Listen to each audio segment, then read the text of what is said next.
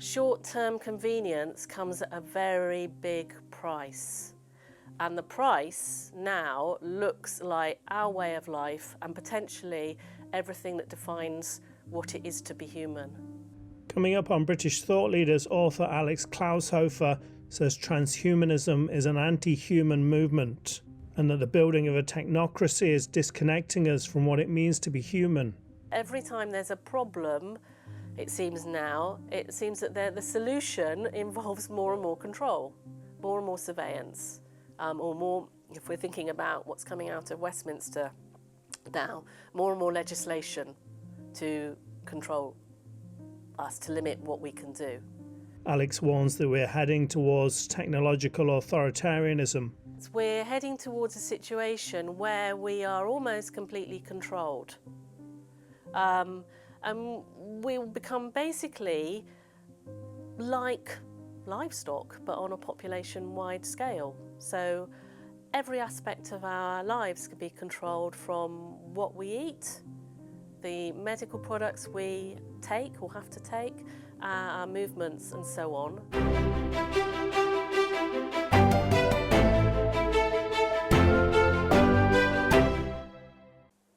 Welcome to British Thought Leaders. I'm Lee Hall. Today I'm sitting down with Alex Klaushofer, author and journalist who writes the Substack Ways of Seeing. Alex, welcome to the show. Thank you for having me. So you write about a wide range of topics with freedoms and the question of progress, digitalisation. You did a series on transhumanism. It's quite a sci-fi term. Can you start by telling us what transhumanism is and in what ways we're going down the road towards it?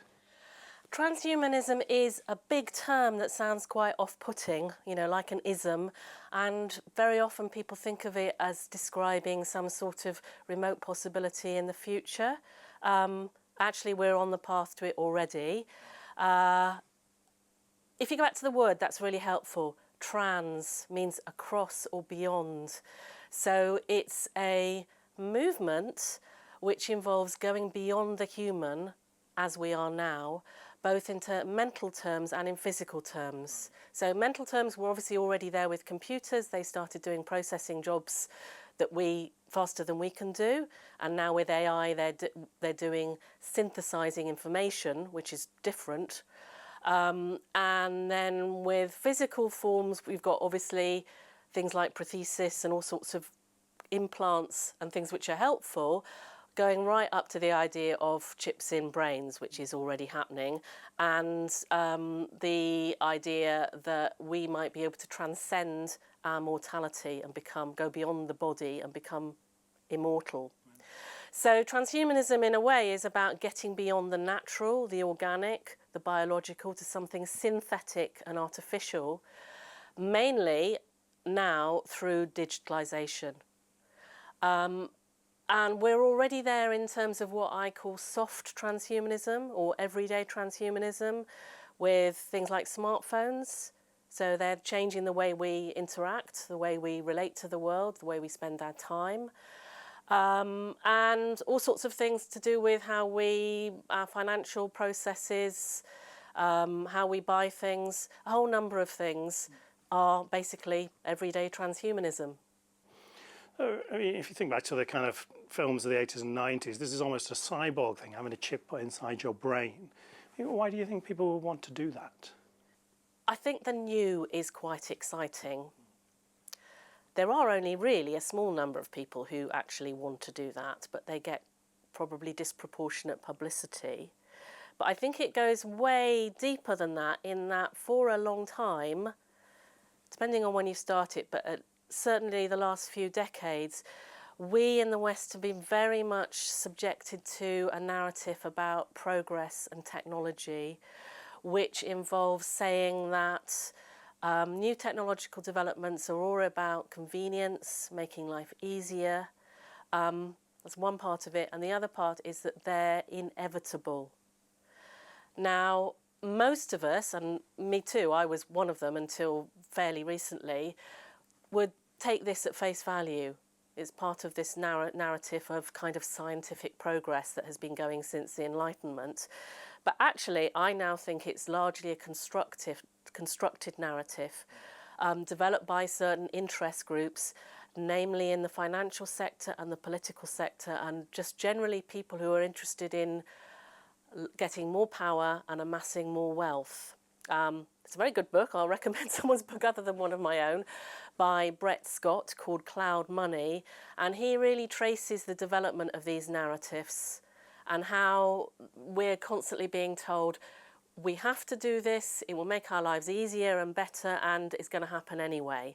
So I think people are very persuaded by these things unless they're really put in a position where they're led to think about it more deeply and think about the implications. It feels like we're often met with this choice: do you want technological convenience or do you want freedom? I mean, do you think as a race we kind of go with the convenience a bit more than we should do? Much more, much more. And again, I think this is a fairly recent thing. It's to do with modern times. I don't think humans always did this. And as part of these modern times, we've become disconnected from some fundamentals about what it is to be human. And I think I quite often have conversations with people about digital stuff in various forms, including smartphones. I don't have a smartphone. I've never had a smartphone. Initially, for me, it wasn't about worries about control and technocracy. It was purely because I'm sort of one of the last trained copy typists, and I love a keyboard. I can't really work on the same way on a tiny thing. I find the screen too small. I just didn't find it practical and ergonomic. And when they came in, I didn't like the idea that I would be sort of available and talking and connected all the time. So it started like that for me. And people often say with smartphones and these kinds of things, oh, well, it's inevitable, well, it's convenient, well, we kind of have to. But they're missing something. And the thing that they're missing is really, really important, which is this. Short-term convenience comes at a very big price. And the price now looks like our way of life and potentially everything that defines what it is to be human.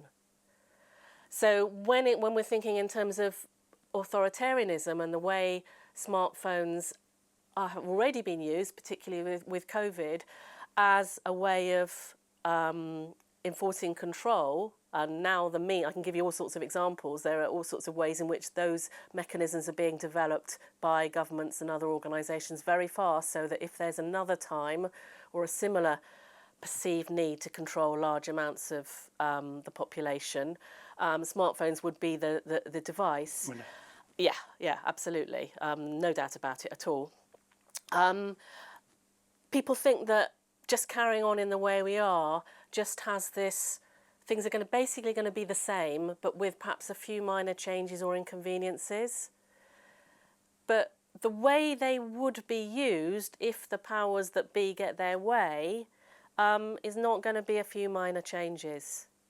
And I'm drawing on my background in authoritarianism here, countries that I've studied or visited either during or after, which is that the pattern of control is that it always rolls, it always increases more and more and more until you get to the point of almost complete control. We've seen that with Nazism, Stalinism, the Albanian regime, Syria, North Korea, and then, with the exception of North Korea, all of those countries' regimes collapse. So the collapse is good if you think about the alternative of the situation continuing, but the cost is enormous. Millions of people died under those regimes, and in some ways those countries have never recovered, are still trying to move on from that. So convenience is a slippery slope. You've got to think about where it's going. I'd love to hear some of the examples you were mentioning to do with the smartphones and control.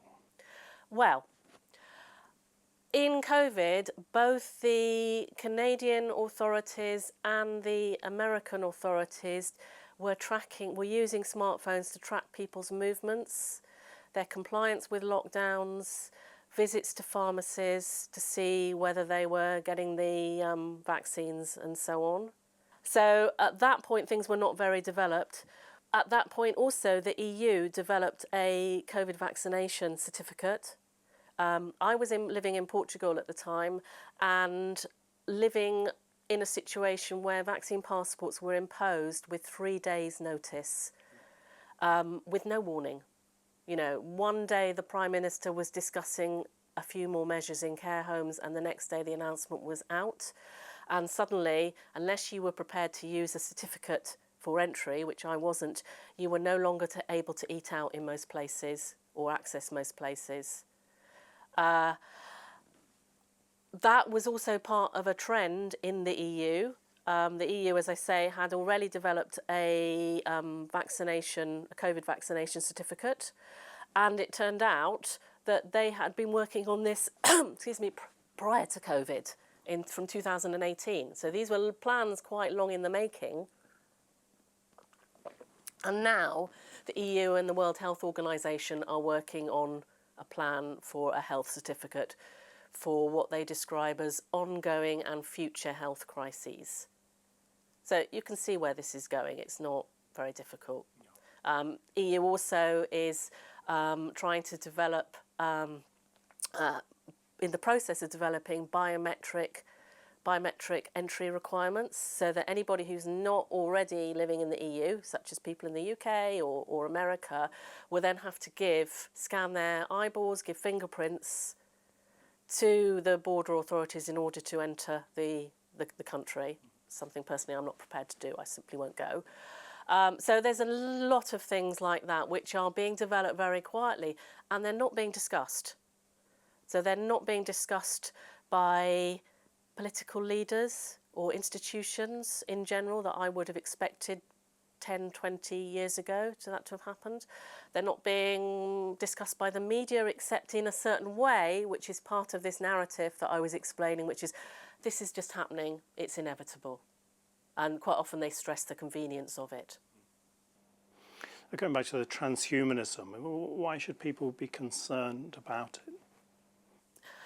Because if you follow on from that, what I've just described, and you build on it, basically it means we're heading towards a situation where we are almost completely controlled.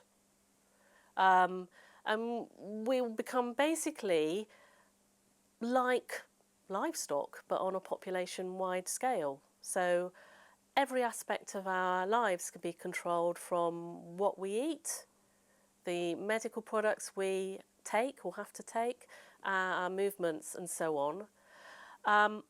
That's on the outside. If you also think about what the long-term effects of that and other technologies, the further down the line technologies, although as I said earlier they're already here, such as chips in the brain, what we're looking at are processes, behaviours, mechanisms that change who we are and how we are as humans. So I think about humans now, just to sort of get back to basics for a moment, as basically emotional and spiritual beings in a biological body. Some formulation of that. I don't have a hard definition, but we are creatures that live through feeling, physical experience, and also have consciousness.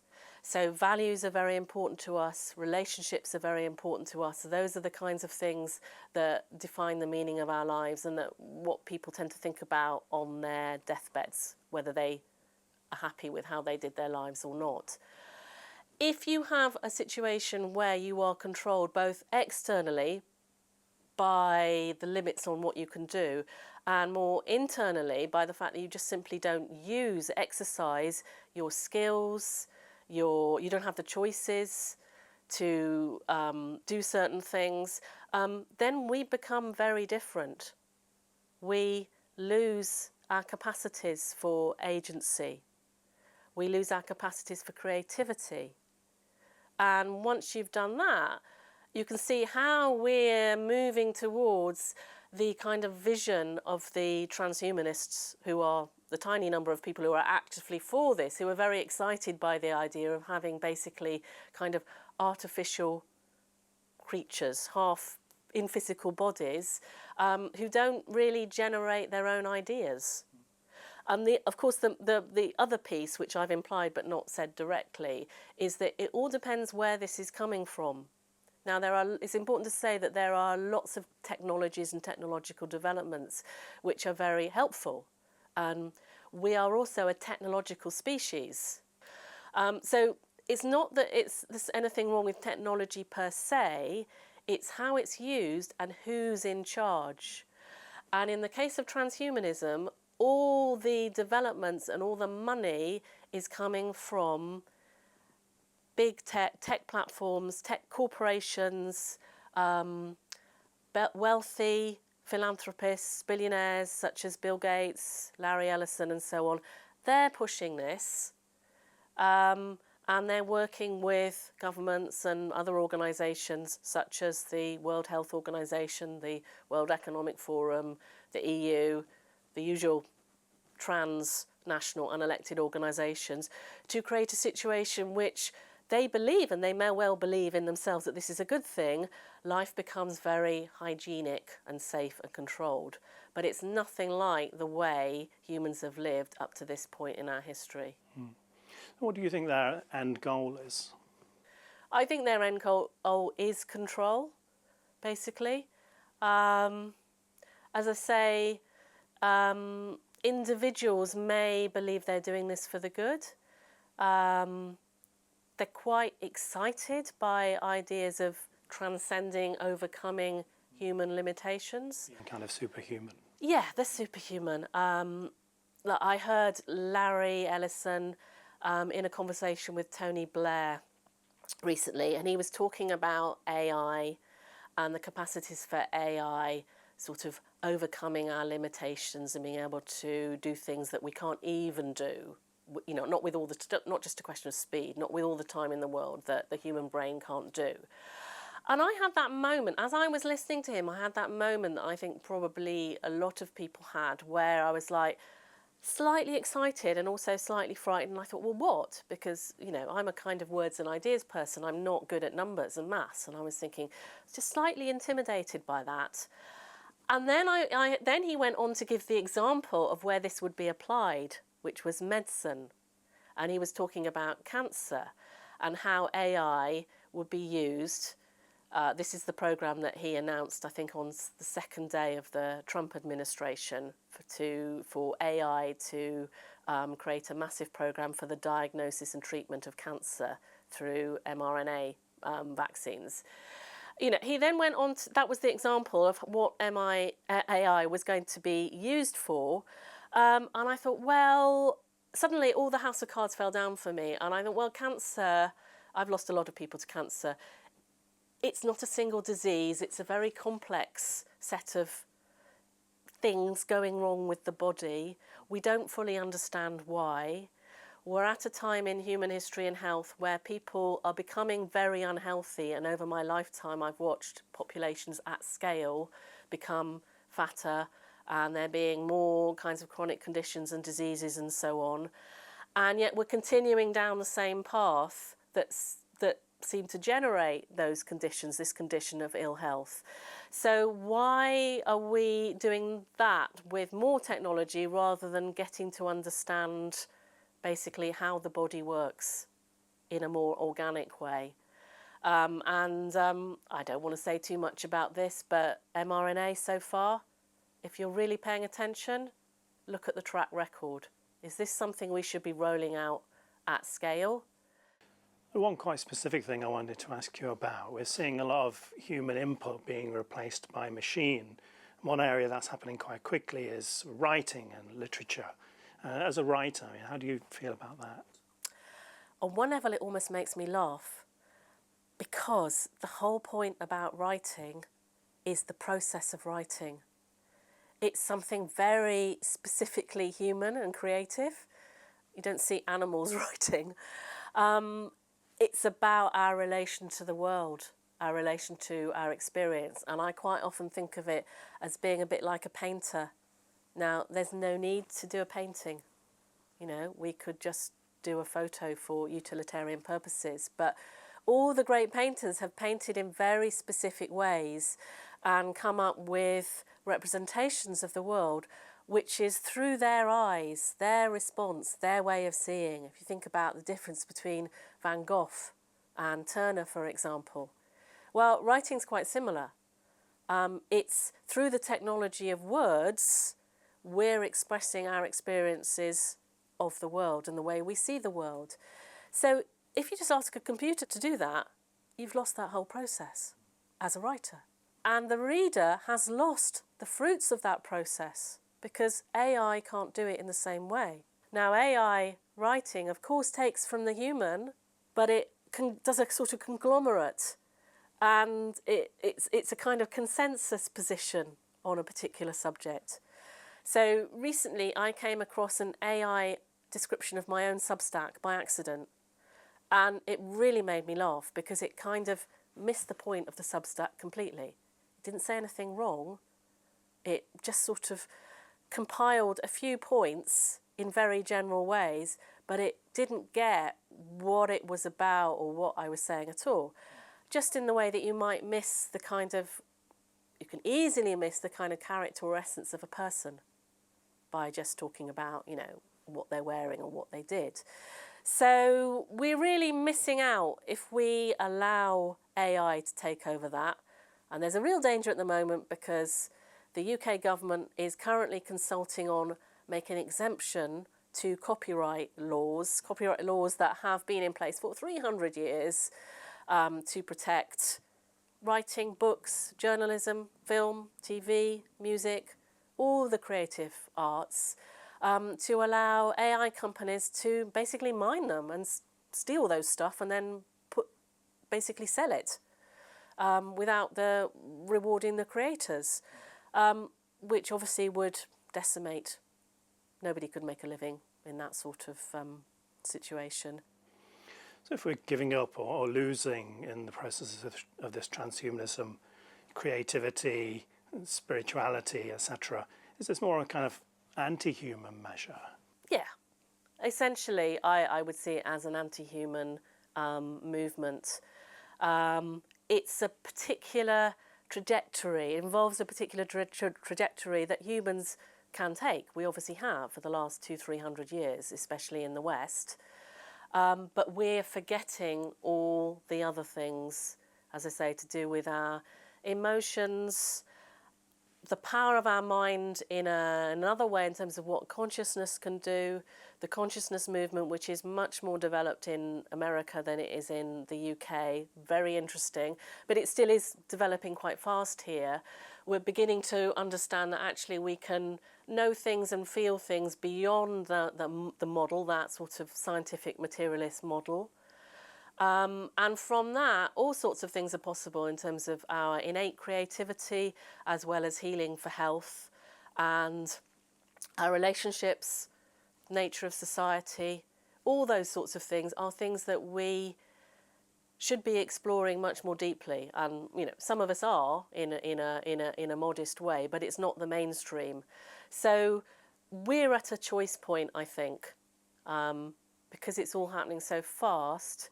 Whether we go down that kind of path or whether we go down the technocratic transhumanist path. And some people are talking about a split, which I find very interesting. I haven't got any firm views on that, but it is possible that in some way humanity could split, at least for a time, in terms of the choices they make on that. Really, like a technological gang and a more spiritual. Yeah, absolutely. A more kind of, nature-based, I mean, a more nature-based, spiritual-based kind of way of life. I mean, you can actually see it happening on the ground already in terms of food. Right. So on the one hand, you've got the transhumanist approach to food, which I've looked at in my Substack in terms of Food Valley in the Netherlands, which is basically a kind of agri-food equivalent of Silicon Valley, working with the World Economic Forum, who have something called food innovation hubs in the Netherlands, and it's all about producing this artificial food substances, including artificial proteins. That's when people worry about insects and bugs, so on.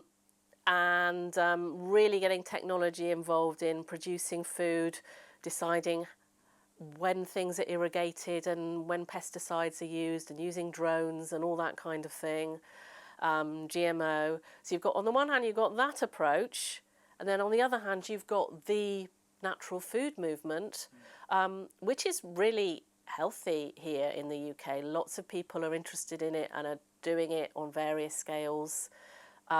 Partly, increasingly, in response to an awareness that, big food, industrialised food, ultra-industrialised food, is really being pushed more and more as part of this agenda. If you control the food supply, then you have an awful lot of control over humans. So that's an area where I think there is a split and actually a lot more awareness of the choices that we made. We recently had in the UK a really big fuss about Bovaer, about the fact that certain companies were putting in chemically changed products into the food supply via cows, and that was getting into the food chain via dairy products, and people made very clear choices there about what they wanted to buy and put into their bodies. We're also seeing somewhat of a corporate takeover of kind of farming and the food supply. What do you think the outcomes of that could be? Well, the same kind of thing, but just having reduced choice in terms of where you buy your food. So supermarkets have also been a big part of this trend. I was out of the country till 2023, and when I came back, I was really horrified by how supermarkets had changed and how fast. So in Portugal, where I was living, you pay cash, and although there are supermarkets, there's not so much processed food, and it's much easier to get, say, fresh fruit and veg that aren't super packaged.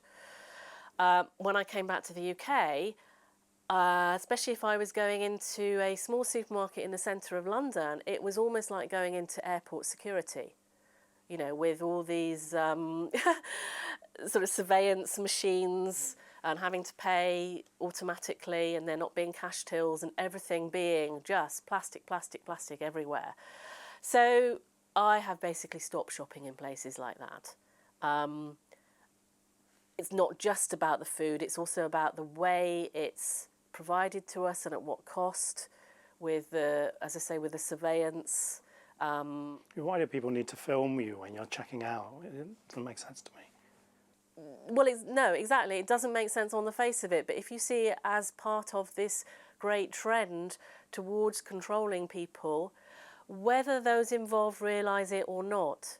So again, some of the people in those management teams making these decisions, they haven't got a nefarious agenda that they're pursuing consciously.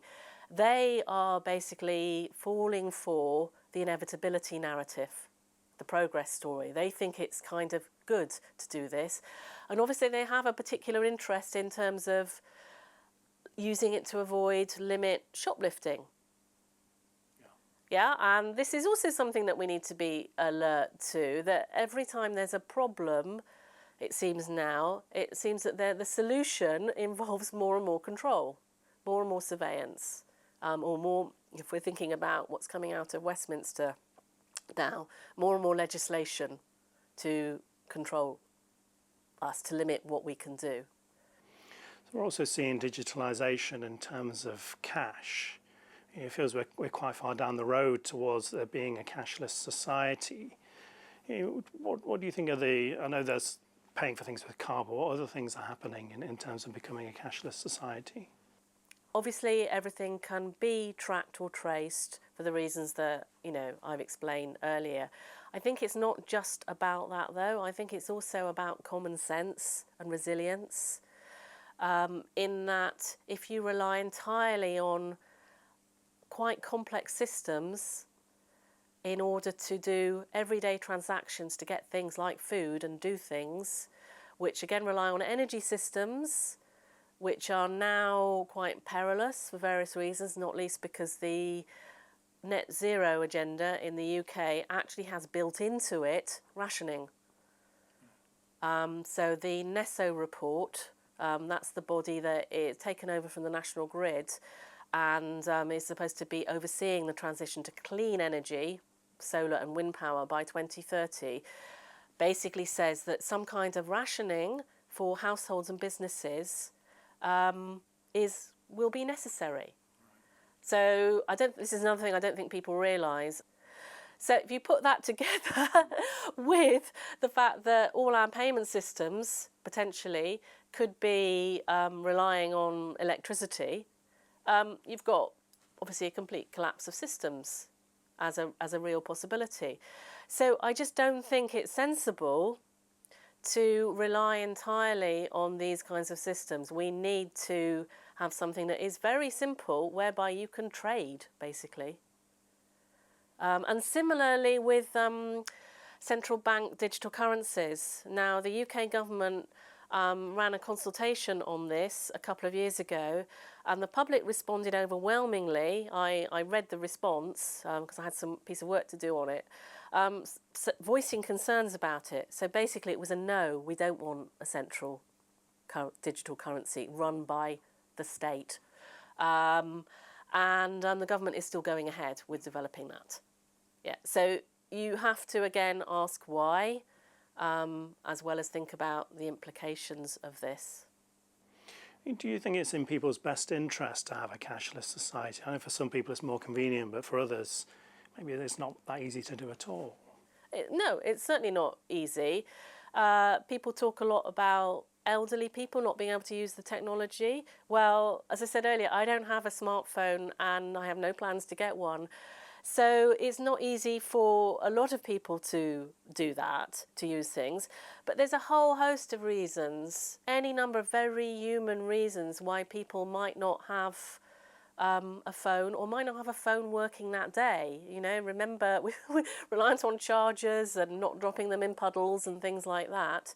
So yeah, you can become a vulnerable person in a cashless society very, very quickly.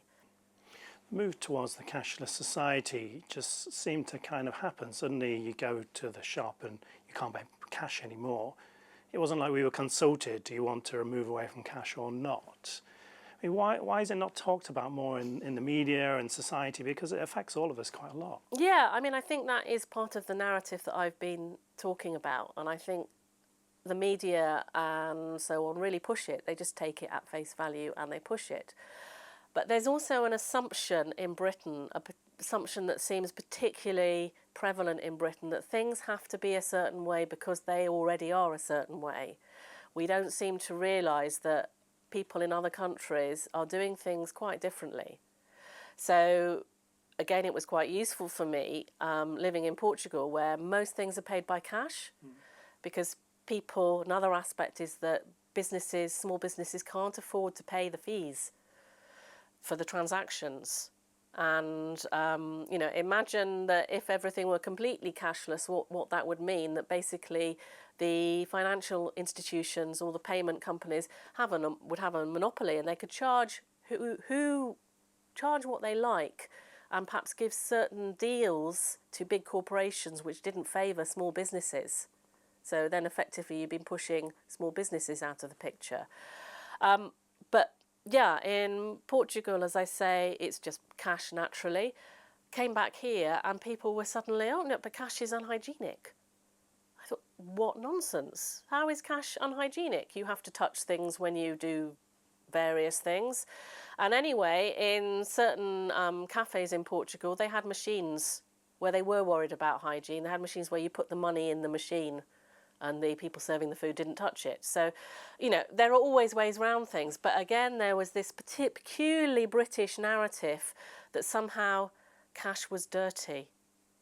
Now, that's a psychosocial phenomenon. It's not a description of fact.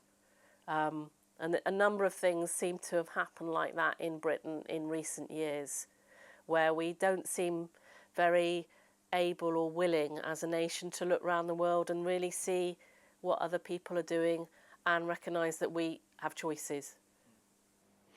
We've referred to COVID and the lockdown several times in the conversation. We just passed the 5-year mark from the first lockdown. In what ways do you think the lockdowns changed how we exist as human beings in our lives? I think it's divided us very much along the lines that we've been talking, whereby some people are now very concerned about the direction things are taking. Quite a lot of people now concerned in different ways to different levels. It's not that there's a big organised movement and everybody thinks the same. Some people might be worried about health and food. Other people might be more worried about cash and digital. But there's an awful lot of people, both individuals and in terms of organisations and networks now, who are concerned about things as a result of what happened under COVID. Whereas a lot of people seem very unaware from that point of view. I think it's quite a strange thing to talk about, because I think at this point I wouldn't say that most people are content or oblivious. I think probably most people, if not almost everybody, realise that something is going wrong, but they don't have a clear idea of what it is.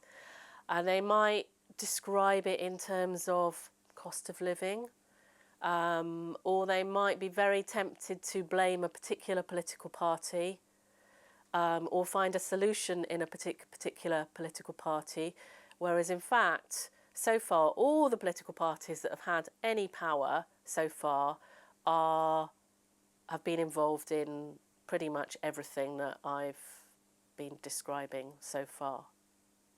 The one thing that surprised me particularly was the groupthink. It's like people would do things or understand things in a certain way as a group that maybe they wouldn't do as an individual. What were your thoughts on that? I was absolutely stunned. 2020, I was absolutely stunned by how what you describe as groupthink was coming from both people, individuals that I knew very well, some of whom I'd known for a long time, decades, and institutions that I thought had certain values. I have quite a lot of background, as I said, in authoritarianism. My belief at that point in 2020 was that the authoritarian societies that I'd studied, I'm also half Austrian, and my father was conscripted into the Nazi army at the age of 17 and ended up in a prisoner of war camp in the States. So I really do have, a lot of background in this area, as well as having looked at it very deliberately as an adult.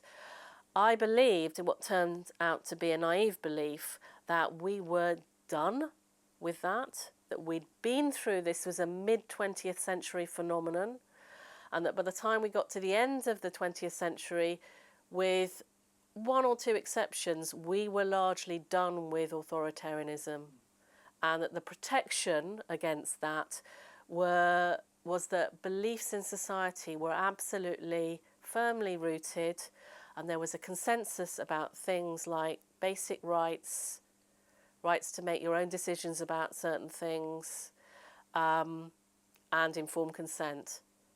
And so I was horrified, still am to some extent, to the ease with which large numbers of people and institutions abandon that.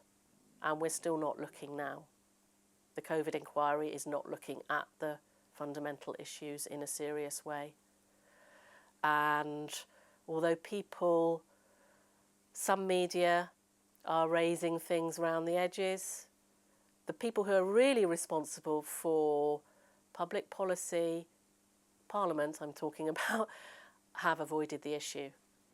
So did you see the lockdowns as basically a step towards authoritarianism here? With hindsight, yeah. I mean, at the time, I saw that both the policies themselves and the tone were intrinsically authoritarian. So I recognised that quite quickly. It was the way politicians were talking to people. If you listen to the broadcasts at the time, there was a tone which I'd never heard before, which was very much as if we were children and we had no say and no rights. And it was quite often threatening. There were certain ministers who I won't name now, but for those who remember, certain ministers talked in a way that completely shocked me to and about the electorate in a supposedly democratic society. And that was the beginning of something that you asked about earlier, which I didn't address, which was things are not discussed. So in a former career covering public policy and public services, I was often in Westminster and Whitehall looking at the way policies were developed and how there was usually a public debate, extensive consultation, which was led on the whole from Westminster, and that quite small things, changes and new ideas will be discussed very extensively before they were done. And perhaps there would be a pilot, as it would called, in a certain area, and then more often than not it would be forgotten about because it was not workable or too complicated or something. And so what I saw in 2020 was that all that just seemed to disappear, and Parliament didn't seem to have a role in making these huge decisions. And we are still at the point now, even though COVID has gone, where Parliament is still not looking at fundamental issues. So one, for example, would be the pandemic treaty by the World Health Organization and the proposed amendments to the international health regulations. The two go hand in hand. So you won't get an accurate picture of what is being proposed if you just look at one of them, if you just look at the treaty document, which doesn't say very much actually. But these basically would bring about enormous way of life ending changes, potentially. We haven't had such a thing before, so we don't know exactly how it would work in our country. But there was no discussion in Parliament. And I personally wrote individually to every single MP. I read the documents. They've been through various drafts, so that was the documents at the time. I picked out some highlights and I put it under the noses of every single MP under the previous Conservative government to see what they would say. I've written about it. I didn't get many responses. And I also got responses which again surprised me, which is that a significant proportion of our MPs believed they are prohibited from communicating with people outside their constituency, which is obviously not the case. I mean, we have free speech here, and as a public figure you can communicate freely with who you like. But they didn't actually have they had a basic misunderstanding about their own role in Parliament, which I found extremely concerning. And so there are any now, to bring it up now to 2025, with a comparatively new government. My current work also involves keeping an eye on a lot of outcoming legislation. It's coming out so fast and the implications are so big. Many issues, especially to do with digital and AI. And I do not get the impression that MPs as a body understand the implications or that there's anything like sufficient scrutiny of the implications. Taking a step back from all the things we've discussed, I mean, what can we do to make things better? I think the key thing is to start with where you are and support what you do like and withdraw support from what you don't like. So that's a kind of basic formula. It's something that I've been doing now for the past few years. For me, what that means is I pay cash. I get a couple of £100 out every so often, and almost all my face-to-face transactions are in cash. At least, they're below a certain amount.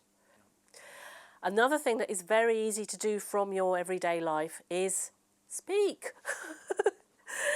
And this goes from just having everyday conversations short, easy, casual conversations about things that people are not talking about and maybe should. So some things seem to have become quite taboo, like informed consent. That doesn't seem to get mentioned anymore. Other things are quite easy to talk about, like using cash rather than digital. But basically, the more taboo the subject is, the more we should be talking about it. And then speaking out also means, where you can, letting organisations know when you're withdrawing your support and cooperation. So an example that is very much uppermost in my mind at the moment is the police. We haven't had time to talk about this, that the police have been up to all sorts in the last few years. They seem to have completely departed from their commitment to policing by consent, which is very specific and very British. You can check it on the government website. And one of the things they're doing, and to your point earlier, this is something that's happening without any national discussion, no debate in Parliament, is the introduction of facial recognition by stealth. So Croydon, which is a borough near to me, Croydon Police have just made facial recognition permanent in that area. Now that's really serious because it's basically a mass surveillance system. So it's capturing your face and comparing you to a database and finding out who you are. Yeah, it's building a database that could be used for anything, including digital ID.